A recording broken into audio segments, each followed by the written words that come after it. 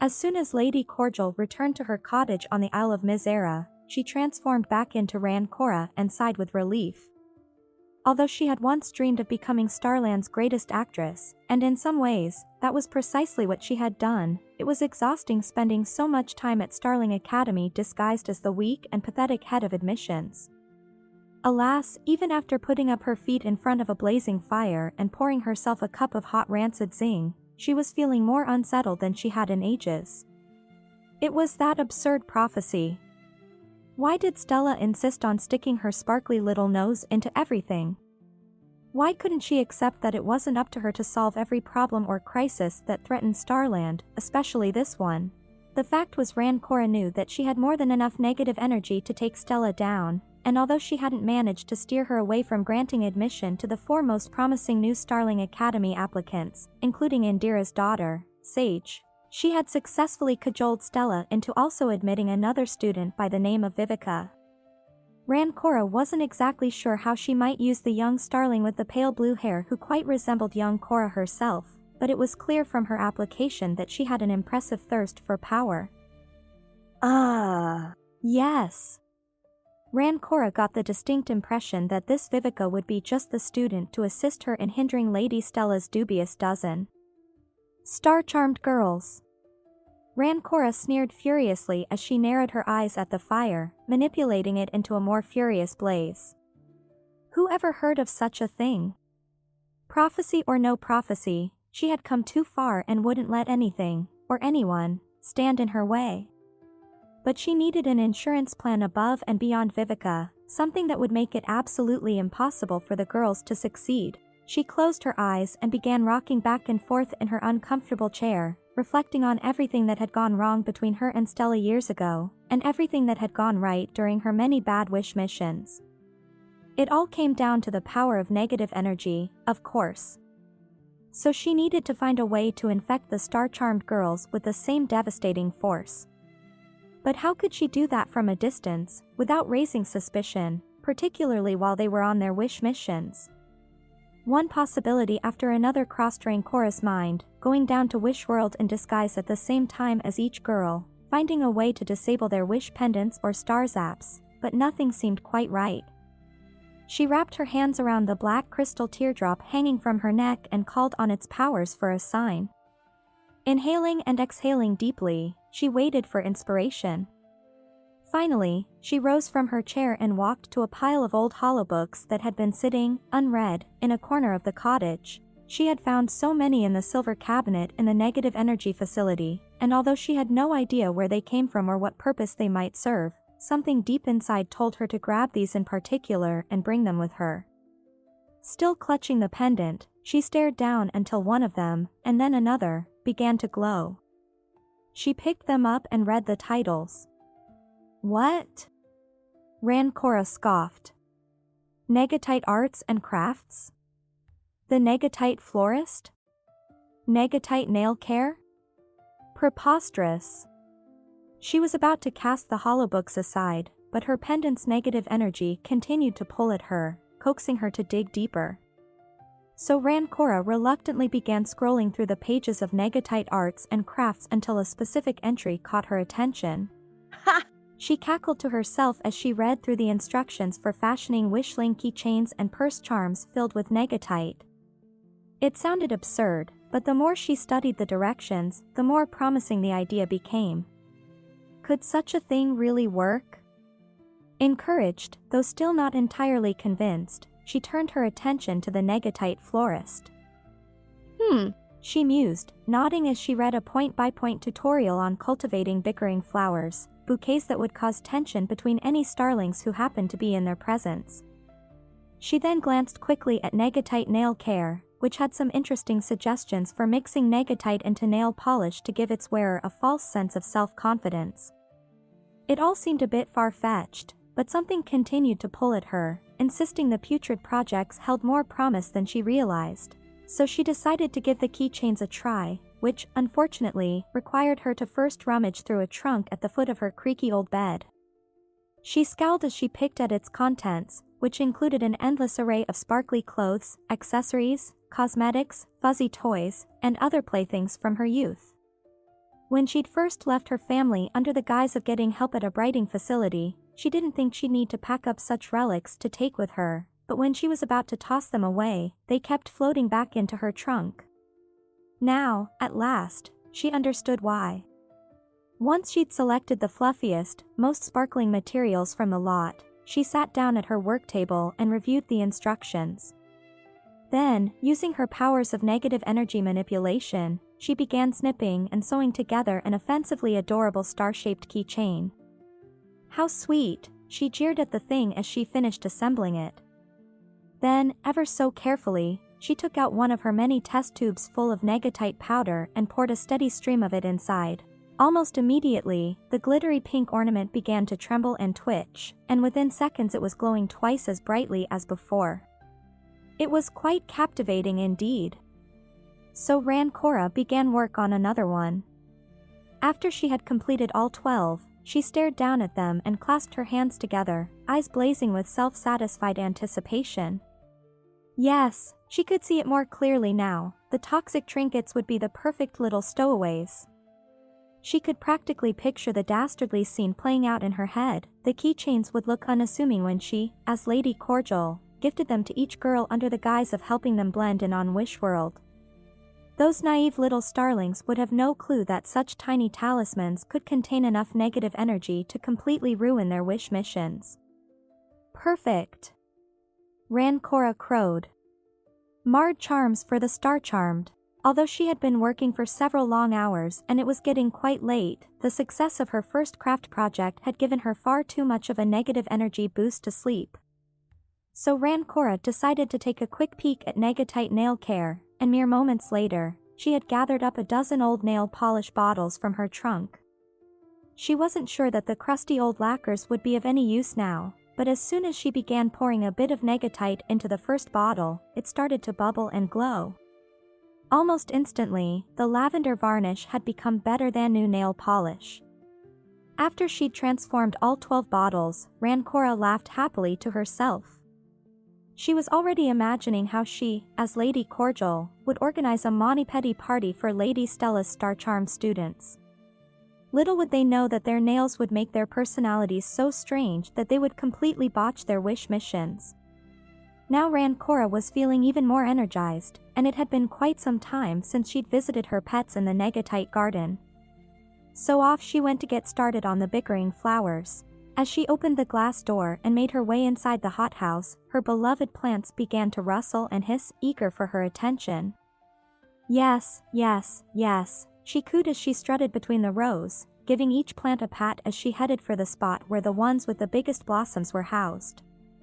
I've missed you as well. Although it would be many months before she would need to enlist the services of the bickering flowers, Rancora knew it would take almost that long to ensure that they were infused with a sufficient level of negatite, enough to create tension among Lady Stella's star-doomed girls as they began forming friendships. Ah! There you are, she clucked when she surveyed the pots full of gray flowers. Referring to the negatite florist hollow book, Rancora scrolled to the page that was still glowing, and followed its instructions, carefully fertilizing the soil around the base of each stem. As she did so, she muttered for the first time the words she would need to repeat during each visit, ultimately resulting in the flower's toxic transformation: bicker, squabble in your rooms, as you look upon these blooms. Smell their fragrance, oh so sweet, till it's time for your defeat. As she repeated the spell and fertilized each pot with negatite, the parched petals initially curled and cried out in pain but then began to perk up with a bright and dazzling coral hue while emitting an intensely floral perfume. It was as if they had never been infected with negatite at all, and yet they were entirely steeped in the stuff. By the time she sent them to Starling Academy at the beginning of the next academic year, the blighted bouquets would be ready to wreak all sorts of havoc, like flowery little versions of Lady Cordial herself. Indeed, there was no way her plans to destroy Starland could possibly be diverted.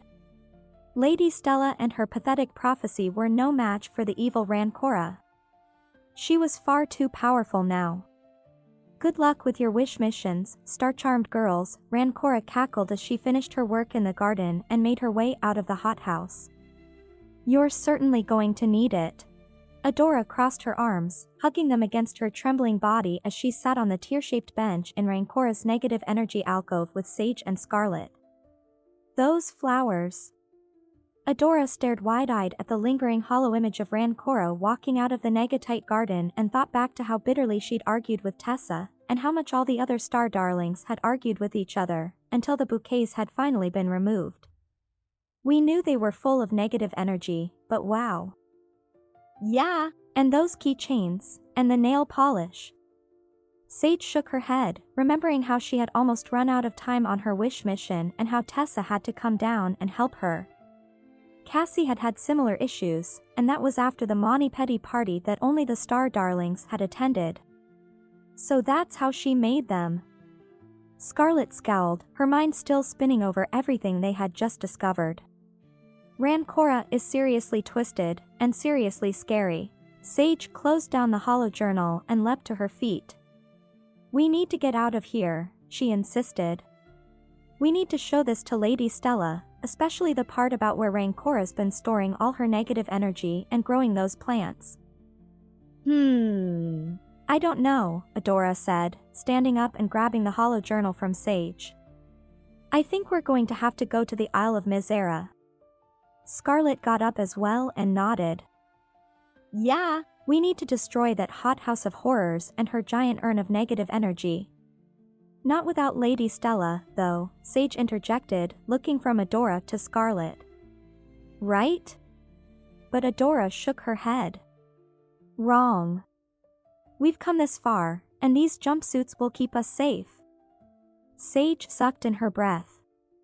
The negative energy facility was already bad enough, there was no way she was going to set foot on the Isle of Mizera, and she couldn't possibly let Adora or Scarlet go either. What if Rancora's still there, she pointed out. I mean, that must be where she's hiding. Adora nodded as she considered that possibility. You may be right. These jumpsuits may be powerful, but I'm not sure that the three of us can take on Rancora, with or without them, Sage added. I have to agree, Scarlet said, frowning apologetically at Adora. We probably should go find Lady Stella and show her the evidence. Maybe she'll have already figured out a plan, but she's going to want to see this hollow journal before she does anything. Exactly. Sage agreed. Adora finally relented. Okay, I guess that's true. With the hollow journal tucked safely under her arm, she was about to lead the way toward the front of the negative energy facility. But just then, a shadowy figure appeared before them, sending a paralyzing chill down their spines. Hello, Star Darlings. It was Rancora. She was surrounded by a dark cloud of negative energy, and the tendrils at the bottom of her tattered gray gown slithered and swirled like serpents while the high purple collar rose behind her head in a fiery blaze. When she came into full view, the girls recoiled in horror. I think it's time that you join forces with me, don't you? Rancora flashed a vicious smile as she yanked the black chain from around her neck and waved the crystal teardrop in the thick and treacherous air, ready to lift the stopper and infect them all. The girls gasped and huddled together, shrinking inside the jumpsuits Adora had made. There was no way the yellow garments could possibly shield them from the massive amounts of bad wish energy Rancora was about to unleash. Could they? She was blocking their way, keeping them trapped inside the small lair within the NEF that she had created and they had snuck into. What should we do? Sage whispered under her breath. Surely one of them could come up with something, but they'd have to think fast, and her question was met with nothing but Adora's and Scarlet's blank, terrified stares. The rock! Scarlet suddenly said under her breath, grabbing Adora's arm when she remembered the negatite Adora had put in her pocket earlier. Adora reached into her pocket and was searching around on the ground for something to crush the rock with when Sage stopped her. No! Sage screamed, the danger and urgency of the situation making it impossible for her to keep her voice down. Don't mess with the negatite. It's toxic. I meant she should throw the rock at her, Scarlet hissed. Adora stood frozen as Rancora moved closer to her. Yes, Adora, crush up the negatite. Rancora said, nodding, her purple eyes bulging with fevered determination as she continued to wave her pendant overhead. It will go perfectly with the negative energy you've been absorbing. She's lying, Sage announced. Her mind-reading skills were always sharper in dangerous situations. She's just saying that to scare us. You should be scared of me, Rancora shouted and lifted her teardrop pendant. All you have left in your pendant is barely enough negatite to turn yourself into a glimmer moth, Sage said, trying to call Rancora's bluff. But Rancora was in her element, surrounded by all the bad wish orbs, and she used her finely tuned wish energy manipulation skills to fling Sage against the back wall of the NEF, where she landed with a loud oomph. It was clear that they were on Rancora's turf, that she could harness the negativity in the air and use it to her advantage. You have no idea what I have or what I'm capable of, Rancora roared. Adora swallowed hard and wrapped her fingers around the rough surface of the rock, willing it to turn into a weapon. If she could turn Cocomoon husks into soft stockings, surely she could turn a rock into something that could hurt Rancora, or at least distract her enough that they could run past her and out of the negative energy facility. As Adora made a move, Rancora used her energy manipulation to fling Adora into the bookcase. Several hollow books fell out, nearly hitting Adora on the head. Rancora glided closer to them, lifting the top off her pendant. Adora scrambled to get up, still holding on to the hollow journal. That's quite enough, Cora. There, standing behind Rancora like a starling in shining armor, was Lady Stella, looking more magnificent than ever in her shimmering platinum gown. Then, one by one, all 9 of the remaining star darlings stepped out from behind her like a dazzling rainbow after a storm. Stella? Rancora growled as she spun around, her amethyst eyes blazing furiously and her ashen face growing even paler. What are you doing here? Lady Stella sighed with a look of calm pity. I didn't exactly have a choice, she replied, echoing the exact words she had said to her old friend outside the negative energy facility long ago. But you were always too terrified to come inside, Rancora mocked. Remember, you just hid outside, scared of these little old bad wishes. Not anymore, Lady Stella replied, shaking her head as she extended her arms and opened her hands to reveal the 12 crystals, each one the powerful product of a successful Star Darling mission. As she did so, a giant ring of positive energy swept around the girls, lassoing Adora, Sage, and Scarlet to the rest of the group and finally, as they all joined hands, lifting the 12 of them off the ground, along with Lady Stella. But this time, when faced with the Star Darling's glowing power crystals, Rancora didn't scream, nor did she disappear. Well, your star-charmed girls may have succeeded on their wish missions, but it appears that your power crystals aren't strong enough to hurt me, not inside the negative energy facility, she sneered at Lady Stella. And mark my words, this is nothing compared to what I have in store for you next. You have no idea what you're up against. I wouldn't count on that, Lady Stella replied with a wise, all-knowing smile. What's that supposed to mean? Rancora demanded. The two women stared each other down with intensity. Years of sadness and guilt and anger and hopelessness stretched between them. But they both knew there was no going back to the way things had once been. Now they were on opposite sides of the energy spectrum, fighting for control. I said, what's that supposed to mean? Rancora roared, causing the orbs inside the NEF to tremble. But Lady Stella wasn't afraid, and she wasn't going to give Rancora the satisfaction of an explanation. Instead, she simply lifted her arms, and then, almost exactly like a journey to Wish World on a shooting star, she and the Star Darlings flew out of the negative energy facility. The last thing they saw as they made their exit was a slippery gray glimmer moth flying in the opposite direction. Moments later, the Star Darlings were safely back in the Wish House, seated at the same round table where they had gathered to celebrate the previous day. Even the hollow banner with the glittery gold words "Congratulations, Star Darlings" still hung in the air above the table. How did you know to come rescue us? Sage asked Lady Stella before anyone else had a chance to speak. She was relieved, of course, but also worried that the headmistress might punish her, along with Adora and Scarlet, for going to the negative energy facility. We told her, Vega replied, proudly straightening the collar on her sparkly blue jacket. We were really worried about you. Cassie added, blinking nervously at Sage as she adjusted her star-shaped glasses. And I just knew something terrible was going to happen, Piper chimed in softly. So Leona, Astra, and I went to find her, too, but the others were already there. Oh. Sage nodded gratefully at each of the girls and then at the headmistress.